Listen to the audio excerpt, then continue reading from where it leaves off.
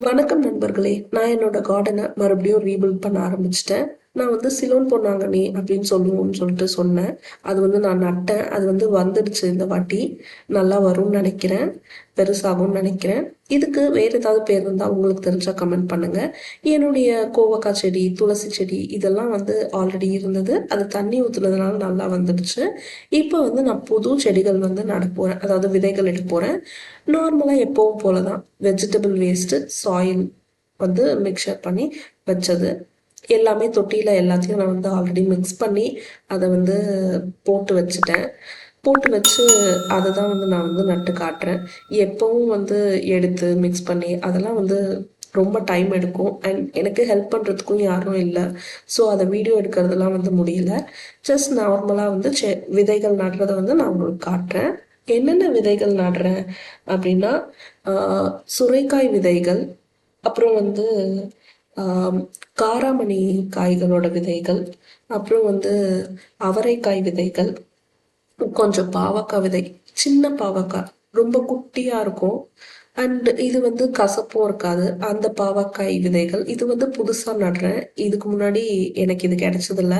இப்போதான் first time நடுறேன். குட்டியா பாவக்காய் அண்ட் கொஞ்சம் கத்திரிக்காய் விதைகள் நட்டேன். அண்ட் நான் பீர்க்கங்காய் விதை நட்டேன். கொஞ்சம் பீர்க்கங்காய் விதைக்கும் சொரக்காய் விதைக்கும் பெருசா வித்தியாசம் இருக்காது. கொஞ்சம் தான் டிஃப்ரென்ஸ் இருக்கும். இதெல்லாம் நட்டேன். என்னோட காராமணி காய்களோட விதைகள் ஒரு 3 நாள்ல வந்துடுச்சு. அண்ட் கத்திரி விதையும் தொட்டி ஃபுல்லா வந்துடுச்சு.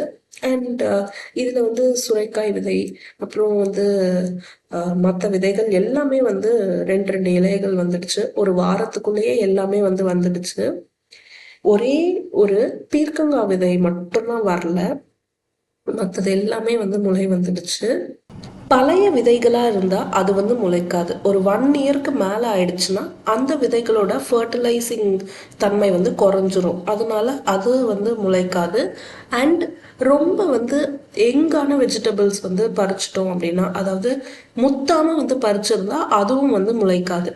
முளைத்தாலும் அந்த எங்கான வெஜிடபிள்ஸ்ல இருந்து எடுத்த விதைகள் முளைச்சு வந்தாலும் பூ வரும், காய் வராது. அந்த மாதிரி ட்ராபேக்ஸ் இருக்கும். விதைகள் சூஸ் பண்ணும்போது நல்ல விதைகளாக சூஸ் பண்ணணும். ஸோ நல்ல விதைகள் சூஸ் பண்ணி நம்ம செடிகள் நட்டோம்னா கார்டன் வளர்றதும் நல்லா வளரும். அண்ட் காய்களும் நல்லா வரும். இது இன்னியோட தோட்டத்தோட அப்டேட் ஃப்ரெண்ட்ஸ். Bye friends.